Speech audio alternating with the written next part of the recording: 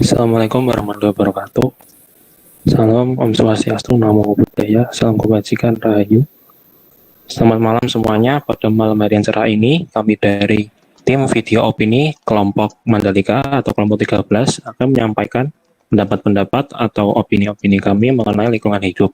Nah, ada 10 topik terkait lingkungan hidup yang akan kami bahas. Dimulai dari topik pertama, yaitu pengertian lingkungan hidup yang akan dibahas oleh teman saya, Syauqi dan Lupnaya.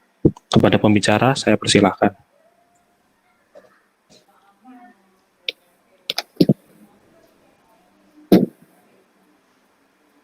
Nah, teman-teman, pasti kalian sudah nggak asing kan dengan lingkungan hidup. Lalu apa sih definisi lingkungan hidup itu? Nah, untuk lingkungan hidup bisa didefinisikan sebagai lingkungan yang terbentuk dari proses natural tanpa campur tangan manusia, yang terdiri atas berbagai sumber dari alam, baik berupa fisik, biologis, dan non-biologis. Untuk lebih jelasnya, saya arahkan ke Lupnaya. Oke, buat tambahan dari saya, lingkungan hidup merupakan kesatuan ruang dengan semua benda, daya, keadaan, dan makhluk hidup, termasuk manusia dan perilakunya yang mempengaruhi kelangsungan perkehidupan manusia dan kesejahteraan manusia serta makhluk hidup lainnya. Oke, terima kasih kepada pembicara yang topik selanjutnya yaitu mengenai jenis lingkungan hidup yang akan disampaikan oleh teman saya, Niken dan Laili. Kepada pembicara, saya persilahkan. Oke, terima kasih atas kesempatan yang telah diberikan. Teman-teman, kali ini aku dan juga Laili akan menjelaskan tentang topik pembahasan yang kedua, yaitu jenis lingkungan hidup. Teman-teman, sebelumnya tahu nggak sih ada berapa jenis lingkungan hidup? Ada yang bisa jawab nggak? Izin menjawabnya, Kak. Iya. Ya, jadi ada 4 jenis lingkungan hidup. Yang pertama biotik, yang kedua abiotik, yang ketiga alami, dan yang keempat buatan gen. Gitu. Oke, terima kasih ya. Betul banget nih teman-teman. Jadi yang pertama itu ada biotik. Aku menjelaskan tentang biotik dulu ya. Jadi menurut buku siswa ilmu pengetahuan alam, lingkungan hidup biotik merupakan suatu komponen yang terdiri dari makhluk hidup nih, dan makhluk hidup tersebut sebagai pengisi suatu ekosistem. Nah, ternyata semua organisme merupakan komponen biotik, dan di dalam ekosistem komponen biotik dikelompokkan berdasarkan fungsinya nih teman-teman, yaitu yang pertama ada produsen. Biasanya nih produsen ciri-cirinya itu memiliki klorofil dan juga berfotosintesis. Lalu yang kedua konsumen. Biasanya nih konsumen itu hewan seperti herbivora, karnivora, dan juga omnivora. Dan yang terakhir yaitu ada decomposer atau biasa disebut dengan pengurai. Itu ada bakteri, cacing, ganggang, dan juga jamur. Nah, contoh-contoh dari lingkungan hidup biotik meliputi semua makhluk hidup seperti hewan, tumbuhan, mikroorganisme, dan juga manusia. Selanjutnya, aku akan menjelaskan tentang abiotik. Abiotik itu adalah sebuah istilah yang seringkali digunakan untuk menyebut sesuatu yang tidak hidup atau biasanya itu benda-benda mati. Nah, abiotik ini memiliki manfaat atau pengaruh yang sangat besar bagi kehidupan seluruh makhluk hidup.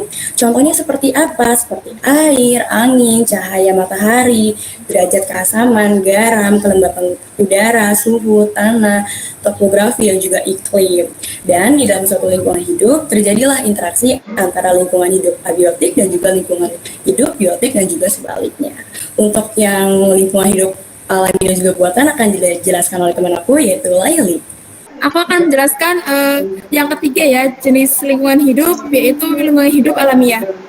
Lingkungan hidup alamiah adalah lingkungan hidup yang terbentuk karena proses alam, dan di dalamnya terdapat unsur abiotik, unsur biotik yang telah dijelaskan Niken tadi, lalu organisme kecil serta perpaduan segala kondisi yang bekerja secara dinamis atau berubah-ubah. Lingkungan hidup terbentuk tanpa campur tangan manusia.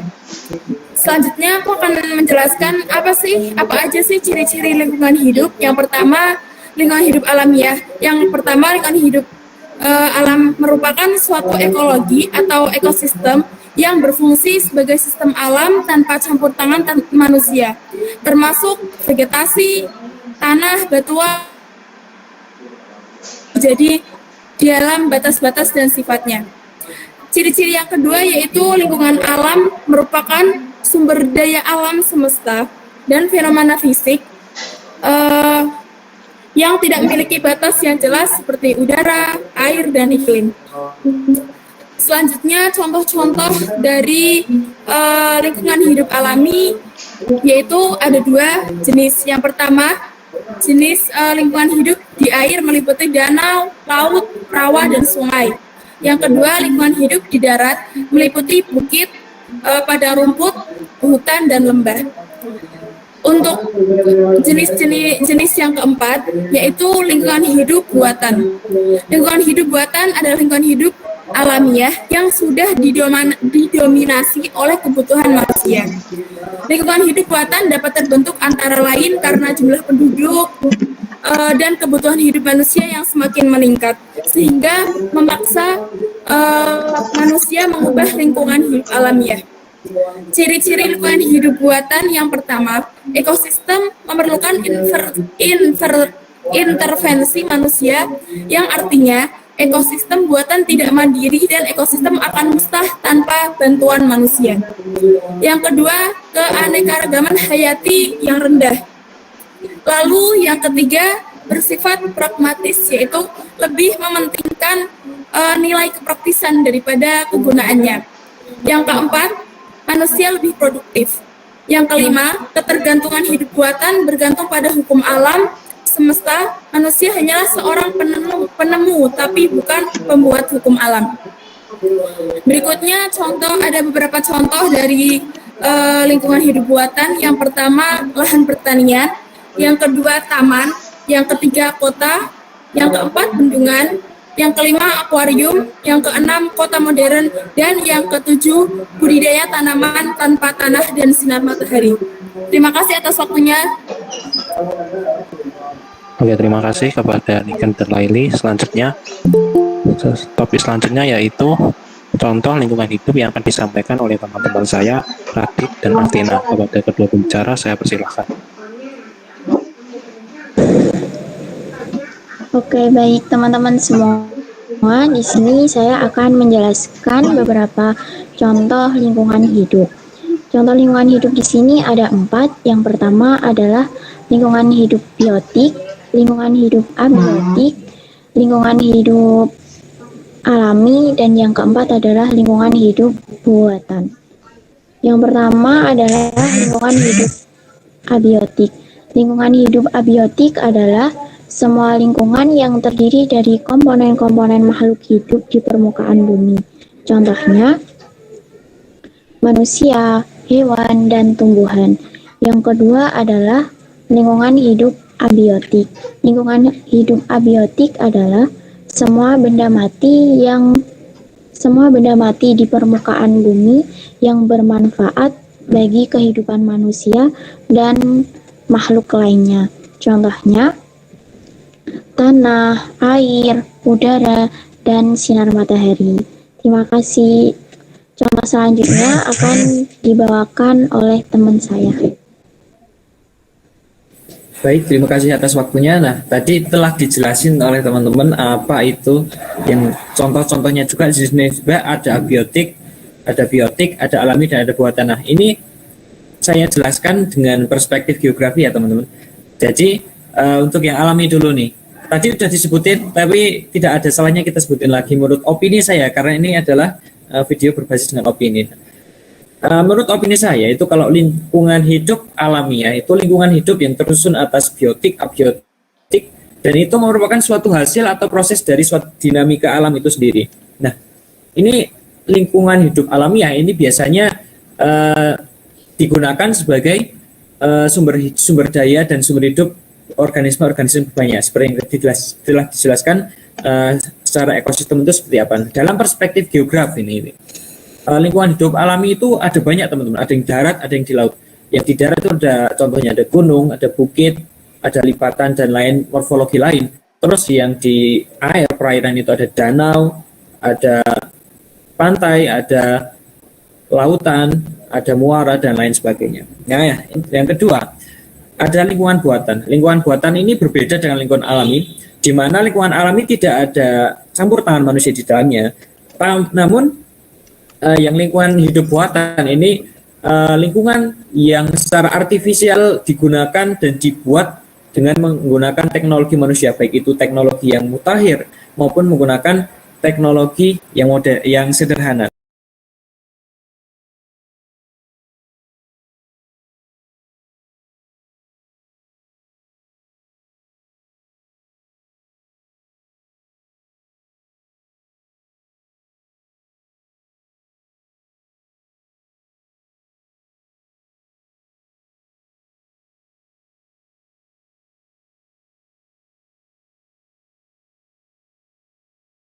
adalah tumbuhan-tumbuhan akan mati dan bumi ini akan gersang. Lalu impact apa lagi adalah tumbuhan-tumbuhan akan mati dan bumi ini akan gersang. Lalu impact apa lagi sih? Emang kenapa kalau tumbuhan mati itu gimana? Emang apa pengaruhnya buat kita? Ya banyak. Contohnya buat hewan-hewan yang ada di sekitar kita. Gimana sih kalau misal hewan-hewan itu cuma makan tumbuhan tersebut dan tumbuhannya nggak ada? Terus gimana cara dia mengkonsumsi makanan, cara dia bertahan hidup? Nah, disitulah dapat kita simpulkan bahwa tumbuhan itu sangat penting karena jika tidak ada tumbuhan tersebut, hewan itu tidak akan bisa bertahan hidup. Dan dari situ hewan-hewan satu persatu akan mati dan kita bisa melihat mana sih hewan yang bisa lebih kuat untuk bertahan hidup di dunia ini gitu. Jadi itu gambaran kecil aku mengenai pentingnya unsur abiotik untuk keberlangsungan hidup kita, dan akan dilanjutkan oleh teman saya Catherine untuk membahas tentang unsur biotik. Silakan Catherine. Terima kasih untuk rekan saya Nanda. Baik, saya akan melanjutkan penjelasan tentang unsur lingkungan hidup. Unsur lingkungan hidup yang kedua yaitu unsur biotik. Teman-teman mungkin tahu unsur biotik itu apa. Lebih lanjutnya saya akan jelaskan apa sih unsur biotik itu. Unsur biotik merupakan unsur lingkungan hidup yang terdiri atas makhluk hidup seperti manusia, hewan, tumbuhan, dan organisme kecil lainnya yang tidak dapat kita lihat dengan kasat mata. Unsur biotik ini terdiri atas tiga komponen. Tiga komponen. Yang pertama, autotrof yang berfungsi sebagai produsen, di mana ia mampu membuat makanan sendiri dan makanan untuk organisme lainnya dengan cara fotosintesis. Yang kedua, heterotrof yang berfungsi sebagai konsumen, di mana ia akan memanfaatkan bahan organik dari produsen untuk memenuhi kebutuhan hidupnya karena ia tidak mampu untuk membuat makanan sendiri. Dan yang ketiga, dekompores yang berfungsi sebagai pengurai karena ia bertugas mengurai sisa-sisa makhluk hidup yang sudah mati yang dimanfaatkan sebagai senyawa organik yang dapat menyuburkan tanaman dan tanah. Terima kasih, sekian dari saya. Kembali ke moderator. Oke, terima kasih kepada Nanda dan Catherine. Selanjutnya kita akan membahas mengenai fungsi lingkungan hidup. Fungsi lingkungan hidup bagi makhluk hidup yang akan disampaikan oleh teman-teman saya, Kaila dan Antaries. Kepada kedua pembicara saya persilahkan. Oke, terima kasih Kak Hilal atas waktunya. Jadi di sini kayak yang udah dijelasin sama teman-teman aku nih, dari mulai pengertian, jenis, contoh, unsur-unsur lingkungan hidup juga punya fungsi loh yang sangat penting banget buat kita. Nah, lingkungan hidup ini memiliki beberapa fungsi yang sangat berpengaruh pada kelangsungan hidup unsur-unsur di dalamnya. Nah, fungsinya apa aja sih? Yang pertama itu sebagai tempat untuk mendapatkan makan. Lingkungan hidup itu menjadi sumber untuk mendapatkan makanan guna memenuhi kebutuhan. Dengan demikian, kehidupan makhluk hidup di dalamnya dapat berlangsung dengan baik. Nah, yang kedua itu ada sebagai tempat untuk beraktivitas. Lingkungan hidup yang baik itu bakal menjadi tempat untuk beraktivitas yang menyenangkan. Sebagai makhluk sosial, manusia pasti berinteraksi dengan orang lain sehingga membutuhkan tempat yang layak untuk melakukan aktivitas. Nah, yang ketiga itu salah satu yang penting banget yaitu sebagai tempat untuk tinggal. Lingkungan hidup itu dapat menjadi tempat tinggal yang nyaman dan aman bagi makhluk hidup. Karena itu, kita harus selalu nih menjaga kelestariannya agar kehidupan di dalamnya dapat berlangsung dengan baik. Nah, selanjutnya bakal dijelasin sama temen aku, Ilva. Oke, di sini saya izin melanjutkan pernyataan dari Kayla. Kita akan membahas tentang fungsi lingkungan hidup. Nah, yang keempat itu sebagai penyedia sumber daya alam.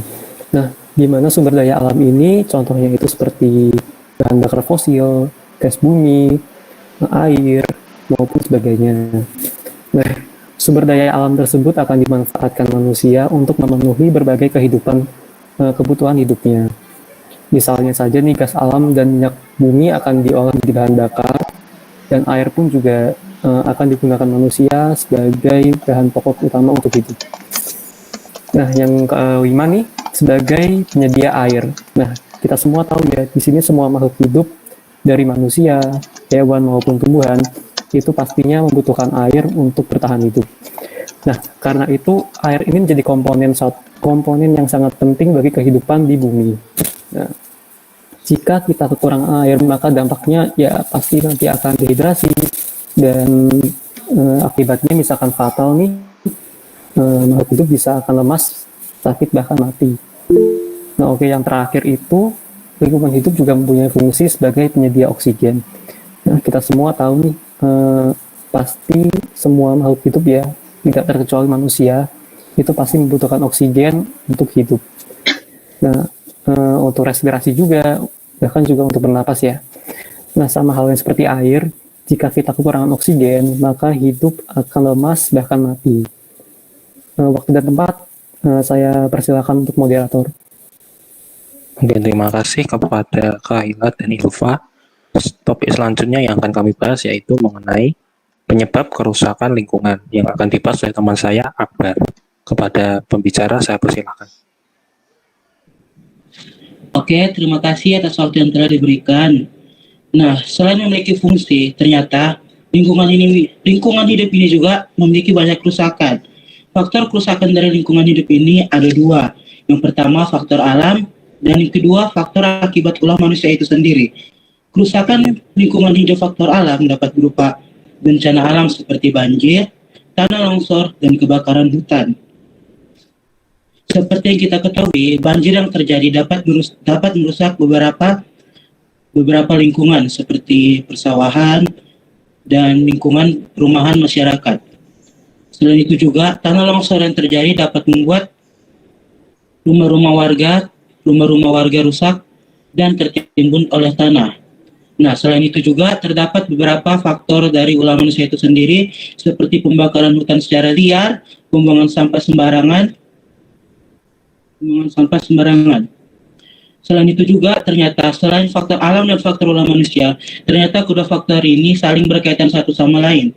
Karena terkadang ada ulah manusia yang dapat menyebabkan terjadinya kerusakan lingkungan hidup, seperti membuang sampah sembarangan dapat menyebabkan banjir, dan penebangan hutan secara liar dapat menyebabkan hutan gundul, dan juga pembakaran sampah dapat membuat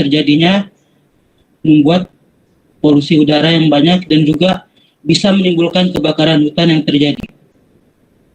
Sekian dari saya, kembali ke moderator. Oke, terima kasih Akbar. Selanjutnya, kami akan membahas mengenai cara menjaga dan melestarikan lingkungan hidup yang akan disampaikan oleh saya sendiri, Hilal, dan teman saya, Elisa. Oke, mulai dari saya terlebih dahulu. Jadi teman-teman, cara untuk menjaga lingkungan hidup dapat dimulai dari tingkat atas atau tingkat pemerintahan. Yang pertama yaitu dengan membuat kebijakan-kebijakan yang pro atau peduli terhadap lingkungan hidup. Sebagai contoh, kita dapat menerapkan program emisi zero carbon atau net zero ya teman-teman. Atau dapat juga dengan menggalakkan pengembangan energi ramah lingkungan seperti tenaga surya, tenaga biogas ataupun tenaga air. Tentunya kita dapat membuat peraturan juga untuk menjaga pohon atau hutan seperti dengan menghukum pemburu liar dan mencegah perusahaan-perusahaan yang akan menebang dan menghabisi hutan, karena hutan itu penting buat lingkungan kita, teman-teman. Oke, sekian dari saya, akan dilanjutkan oleh teman saya, Elisa. Oke, saya akan melanjutkan pembahasannya.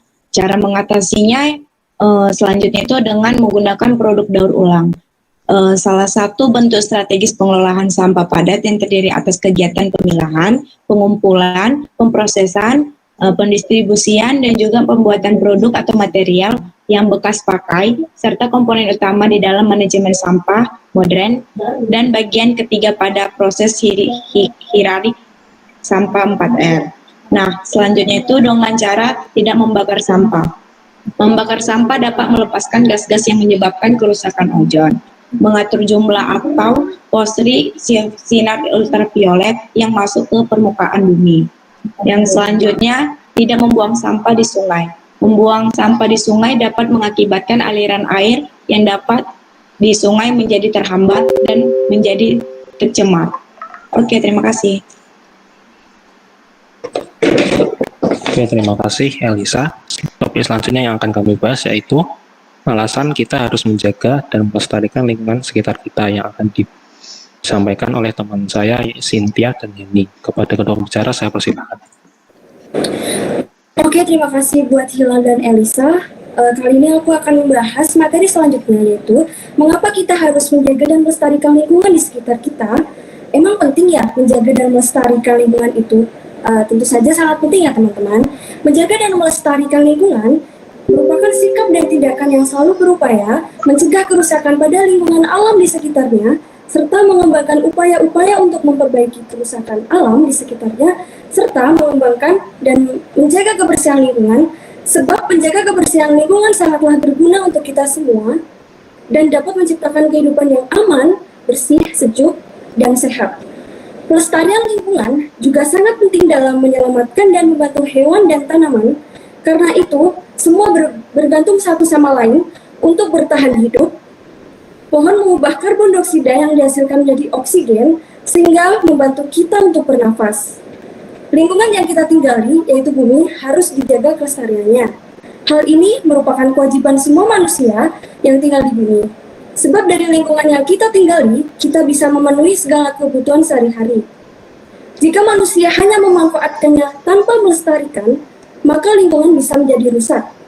Dampak dari kerusakan lingkungan tersebut nantinya akan dirasakan oleh manusia sendiri, bahkan juga makhluk hidup lainnya. Nah, apakah teman-teman telah turut aktif mengusahakan pelestarian lingkungan di sekitar? Oke. Di sini aku juga bakal menyebutkan nih beberapa manfaat menjaga kelestarian lingkungan, diantaranya. Yang pertama adalah terhindar dari penyakit yang disebabkan lingkungan yang tidak sehat. Yang kedua adalah lingkungan menjadi lebih sejuk. Yang ketiga adalah bebas dari polusi udara. Yang keempat adalah air menjadi lebih bersih dan aman untuk diminum.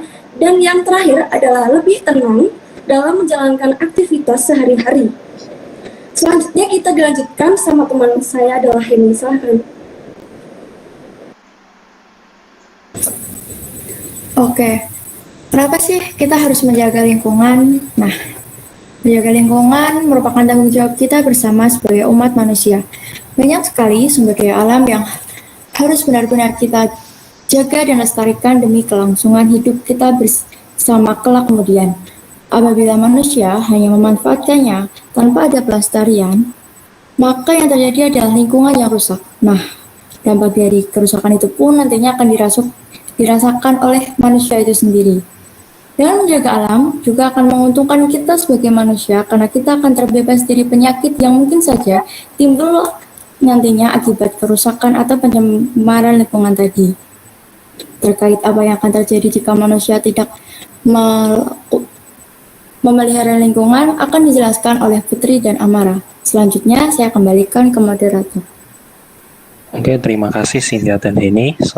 Selanjutnya kami akan membahas mengenai apa yang akan terjadi jika manusia tidak melihara lingkungan hidup, yang akan disampaikan oleh teman saya, Putri dan Amara.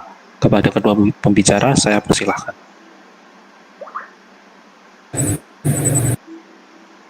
Baik, terima kasih moderator atas waktunya. Di sini saya dan juga rekan saya Amara Syifa akan menjelaskan mengenai apa yang akan terjadi jika kita tidak menjaga kondisi lingkungan atau dampak yang akan terjadi. Yang pertama itu adanya bencana alam. Peluang terjadinya bencana alam akibat kelalaian manusia karena tidak merawat lingkungannya. Misalnya bencana yang akan terjadi itu seperti banjir, tanah longsor, serta pencemaran tanah. Yang kedua itu pencemaran lingkungan. Kondisi yang kotor dapat mengakibatkan lingkungan menjadi tercemar. Pencemaran lingkungan ini akan berpotensi meracuni makhluk hidup yang ada di dalamnya. Kemudian dampak yang ketiga itu kerusakan lingkungan. Menjaga kelestarian lingkungan pada intinya adalah menjaga lingkungan agar tetap dalam kondisi baik. Ketika lingkungan tidak dijaga dengan baik, maka kerusakan lingkungan otomatis akan terjadi. Baik, penjelasan selanjutnya akan dijelaskan oleh rekan saya, Amara Syifa. Terima kasih. Oke, makasih Putri. Aku akan melanjutkan pemaparan yang disampaikan sama Putri. Yang selanjutnya atau yang nomor 4 adalah timbulnya berbagai penyakit. Teman-teman, kita semua tahu bahwa lingkungan yang kotor dapat memicu adanya sarang kuman dan juga virus yang nantinya juga dapat menimbulkan penyakit bagi manusia maupun makhluk hidup lainnya. Dan yang terakhir adalah persediaan sumber daya alam yang semakin berkurang. Nah, kita semua juga tahu ya bahwa kebiasaan kita sehari-hari itu terkadang terjadi tanpa kita sadari. Nah, misalnya adanya air yang sekarang ini persediaannya semakin langka karena adanya ulah manusia yang seringkali menebang pohon secara liar di hutan. Hal ini terjadi karena manusia tidak tahu bahwa sebenarnya hutan itu sebagai penyimpan cadangan air tanah. Nah, satu hal yang perlu kita sadari bahwa sebenarnya lingkungan hidup itu bukan hanya tempat untuk kita tinggal, tapi juga tempat kita memenuhi kebutuhan hidup kita. Bukan hanya untuk makan dan juga minum, tapi juga untuk memenuhi kebutuhan hidup kita yang lainnya. Jadi akan ada banyak sekali akibat jika kita tidak dapat merawat lingkungan kita dengan baik. Akibatnya tersebut bukan hanya dirasakan oleh manusia, tetapi juga makhluk hidup yang lainnya, baik hewan dan juga tumbuhan. Sekian dari aku sama Putri, kembali ke moderator. Oke, terima kasih Putri dan Amara. Topik terakhir yang akan kami bahas yaitu mengenai kewajiban manusia terhadap lingkungan hidup yang akan disampaikan oleh teman saya Sharon. Kepada pembicara saya persilahkan. Oke, terima kasih untuk Hilal dan teman-teman semuanya yang sudah menjelaskan tentang lingkungan hidup. Nah, apa sih hal yang gak kalah penting nih agar tidak terjadinya pencemaran, tidak perlunya kita merasakan akibat-akibat dari pencemaran tersebut, dan apa sih yang bisa membuat kita tuh menjaga lingkungan hidup kita? Yang pertama harus ada kesadaran dalam diri kita tentang kewajiban kita terhadap lingkungan hidup kita. Harus ada kesadaran untuk menjaga, tidak merusak, dan melestarikan lingkungan hidup kita. Nah, apa saja sih kewajiban kita untuk menjaga lingkungan hidup kita? Yang pertama itu dengan hal yang paling mudah dan memang sering dianggap remeh oleh orang-orang, yaitu membuang sampah pada tempatnya. Hal yang benar-benar gampang untuk dilakukan, tapi seringkali kita itu menganggap membuang sampah pada tempatnya itu adalah hal yang bukan suatu kepentingan gitu loh. Masih sering untuk membuang sampah sembarangan, padahal sampah-sampah yang menimbun itu akan menghasilkan zat-zat yang memang tidak baik untuk lingkungan. Yang kedua, dengan menebang pohon sembarangan atau memetik tanaman secara sembarangan. Kadang tangan kita usil nih, lagi jalan lihat, ada bunga bagus lalu kita petik, itu juga merupakan salah satu hal yang membuat kita itu tidak menjalankan kewajiban kita terhadap lingkungan dengan merusak lingkungan kita sendiri. Yang ketiga, kita juga bisa menjalankan kewajiban kita dengan mengurangi hal-hal yang menyebabkan polusi seperti polusi udara, polusi air, dan polusi tanah dengan mengurangi penggunaan kendaraan bermotor, menggunakan listrik secara hemat, dan juga mungkin tidak membuang sampah di sungai, jadi tidak terjadi pencemaran pada lingkungan. Baik, sekian dari saya kembali kepada moderator. Oke, terima kasih Sharon. Nah, bahasan kami pada kesempatan ini telah selesai teman-teman. Nah, berdasarkan opini-opini yang telah disampaikan oleh kami, dapat diambil kesimpulan yaitu bahwa setiap unsur-unsur dari lingkungan hidup baik biotik maupun abiotik dapat berdampak baik maupun buruk kepada manusia, hewan, dan tumbuhan, dan kepada semuanya ya intinya. Oke, jadi penting juga bagi kita untuk menjaga lingkungan hidup kita ya teman-teman. Oke, sekian dari kami. Apabila ada kesalahan baik dalam penyampaian kata, opini, ataupun yang lain, kami mohon maaf. Selamat malam, terima kasih. Wassalamualaikum warahmatullahi wabarakatuh.